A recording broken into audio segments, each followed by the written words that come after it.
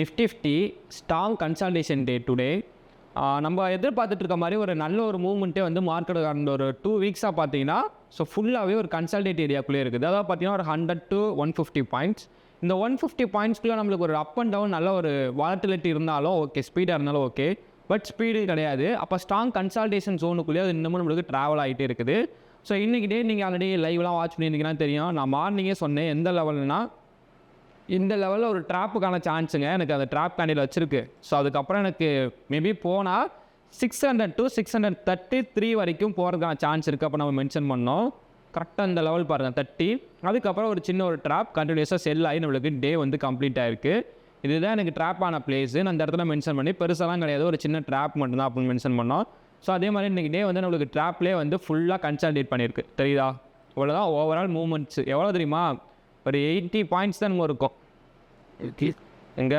இங்கேருந்து ஒரு 80 ஆவரேஜாக 80 பாயிண்ட்ஸ். அதான் நான் என்ட்ரி எடுக்க ஒரு எக்ஸ்பெக்ட் பண்ண பிளேஸ்லேருந்து 80 பாயிண்ட்ஸ். ப்ரீமியம் பார்த்தீங்கன்னா ஒரு 60 to 70 கொடுத்துருக்கோம். நல்லா டீப் இந்த மாதிரி ஸ்டேக் பேஸ் ப்ரீமியம் இவ்வளோ தான் மூவ் ஆச்சு. இப்போ நாளைக்கு வந்து தேர்ஸ்டே வந்து நிஃப்டி 50 எக்ஸ்பைரி டே. ஸோ நம்மளுக்கு எம்பிசி மீட்டிங் வேறு ஃப்ரைடே இருக்குது. ஸோ மேபி நாளைக்கும் அப்படியே மார்க்கெட் பதுங்கிறதுக்கான சான்ஸ் இருக்குது. ஏன்னா பேங்க் நிஃப்டி என்ன பண்ண போகுதுன்ட்டு நம்மளுக்கு தெரில. ஸோ அது ரெப்போ ரேட் கட் ஆனால் தான் நம்மளுக்கு பாசிபிலிட்டிஸ் இருக்குது. ஸோ அதை பற்றி நம்ம நாளைக்கு வீடியோ வந்து டிஸ்கஸ் பண்ணுவோம். Okay, so fine. ஸோ நம்ம இன்றைக்கான நம்மளோட அனலைஸை பேஸ் பண்ண அளவுக்கு தேர்ஸ்டே மார்க்கெட் எந்த பக்கம் மூவ் ஆக போகுது அப்படின்னு பார்த்தீங்கன்னா ஆல்ரெடி நான் எக்ஸ்பெக்ட் பண்ணதான் எனக்கு ஸ்ட்ராங்காக வந்து ஒரு ட்ரெண்டோட சப்போர்ட்டை பிரேக் பண்ணிவிட்டு ரீட்ரெஸ் பண்ணியிருக்கு. நிஃப்டி வந்து 24,500 வந்து பிரேக் பண்ணிவிட்டு நெக்ஸ்ட் எங்கே வரணும் 24,000 வந்து நிஃப்டி வந்து ரீச் பண்ணணும் நம்ம எக்ஸ்பெக்ட் பண்ணிட்டு ஒரு லாங் டர்ம் லெவல். அதுக்கான ஃபுல் கன்ஃபர்மேஷன் இருக்குது. நான் எதிர்பார்க்கறது கேப் அப்போ கேப் டவுனோ, அதாவது இந்த 2 ரேஞ்சில் இந்த கேப் அப்பில் எனக்கு இந்த ரேஞ்சில் ஓப்பன் ஆச்சு அப்படின்னா ஒரு செல் என்ட்ரி ஃபோக்கஸ் பண்ணுறது பார்த்தீங்கன்னா 24,664 எனக்கு ஒரு செல் என்ட்ரி ஃபோக்கஸ் பண்ணுறேன். இங்கேருந்து செல் என்ட்ரி எனக்கு கிளியராக கிடைக்கிது அப்படின்னா நான் ஃபோக்கஸ் பண்ண வேண்டியது 24,500 வரைக்கும் ஃபோக்கஸ் பண்ண முடியும். இல்லை அப்படின்னா நெக்ஸ்ட் எனக்கு இந்த லெவலில் பிரேக் பண்ணாலே ஓகே தான். 24,584 எனக்கு பிரேக் பண்ணாலும் நான் 500 to 460 வரைக்கும் டவுன் ட்ரெண்டு தான் ஃபோக்கஸ் பண்ணுறேன். இந்த ரேஞ்சை பிரேக் ஆகுது அப்படின்னா நான் அப் ட்ரெண்ட்லாம் எடுக்க மாட்டேன். எனக்கு இங்கேருந்து ஒரு ஸ்ட்ராங்கான ஒரு ரீட்ரெஸ் பண்ணால் மட்டும் தான் அப் ட்ரெண்டுக்கு ஃபோக்கஸ் பண்ணுவோம். அது எங்கன்னா 750 வரைக்கும். அகெயின் 750 ஒரு ஸ்ட்ராங்கான செல்லிங் தான். இப்போ இந்த ஜோனுக்குள்ளே எனக்கு ரொம்ப ஹை பாசிபிலிட்டிஸ் என்னவாக இருக்குது, ஸ்ட்ராங்கான செல்லாக இருக்கிற பாசிபிலிட்டிஸ் தான் அதிகமாக இருக்குது. இந்த ஜோனுக்குள்ளே ஸ்ட்ராங்கான செல்லாக இருக்கிற பாசிபிலிட்டிஸ் தான் அதிகமாக இருக்குது. இப்போ 15 minutes டைம் ஃப்ரேம் பார்த்தீங்கன்னா இது பார்த்தீங்கன்னா உங்களுக்கு ஒரு ரைசிங் சேனல் பேட்டர்னோட ஃபார்மேஷன் இருக்கும். அதாவது இங்கே ஒரு கோடு சப்போர்ட் இருக்கும்.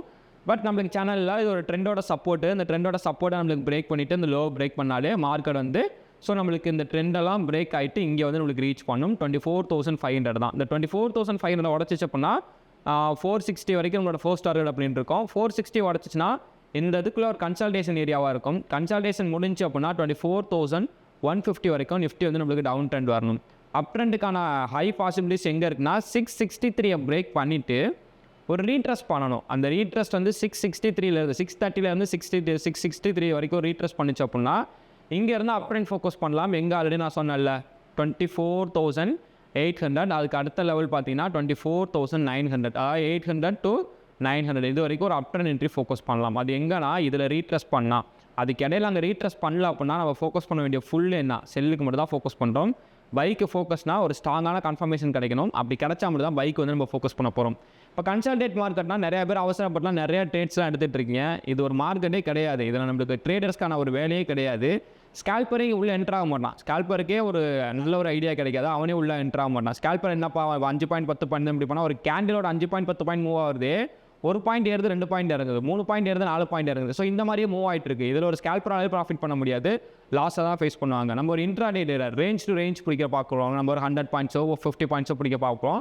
ஸோ அப்போ நம்மளுக்கு மட்டும் எங்கே ப்ராஃபிட்டபுளாக மாறும்? சான்ஸே கிடையாது. ஸோ டேவை ஸ்கிப் பண்ணிடுறது ரொம்ப பெட்டர். ஸோ நம்மளுக்கு ஒரு 2 வீக்ஸாக இப்படி தான் போயிட்டுருக்கு. ஸோ இன்றைக்கி டே நம்ம ஒரு என்ட்ரி கூட கிடையாது. ஒரு ட்ராப் என்ட்ரி, அந்த ட்ராப் என்ட்ரி ஜஸ்ட் நான் மொபைல் பார்த்துட்டு இருந்தேன். ஸோ அது ட்ராப் என்ட்ரி போயிடுச்சு. பட் ட்ராப் என்ட்ரி நான் எடுக்க மாட்டேன். எனக்கு ட்ரெண்ட் என்ட்ரி கிடையாது. கிளியரான ஒரு ட்ரெண்ட் என்ட்ரி கிடையாது. ஓகே, ஸ்கிப் பண்ணியாச்சு. இன்றைக்கி டே ஃபுல்லாக வந்து கம்ப்ளீட் ஆயிடுச்சு. ஸோ நாளைக்கு வந்து யூடியூப்ல வந்து ஜாயின் பண்ணுங்கள். மேபி பெட்டர் மூவ்மெண்ட்டில் ஒரு கன்ஃபர்மேஷன் கிடைச்சா என்ட்ரியை வந்து ப்ரொவைட் பண்ணுறேன். ஸோ நீங்கள் ஃபர்ஸ்ட் டெமோ ட்ரேடில் ட்ரை பண்ணுங்கள். அண்ட் நெக்ஸ்ட்டு டெமோ ட்ரேட்லாம் உங்களுக்கு சாட்டிஸ்ஃபைட் ஆகுது அப்படின்னா ஸோ ஓரளவுக்கு உங்களுக்கு எக்ஸ்பீரியன்ஸ் ஆகிடும். அதுக்கப்புறம் உங்களோட லைவ் மணி வச்சு நீங்கள் ட்ரேட் வந்து ஸ்டார்ட் பண்ணுங்கள். So I am not a specialist adviser. This video fully education purpose only. Okay, thanks for வாட்சிங். தேங்க்யூ.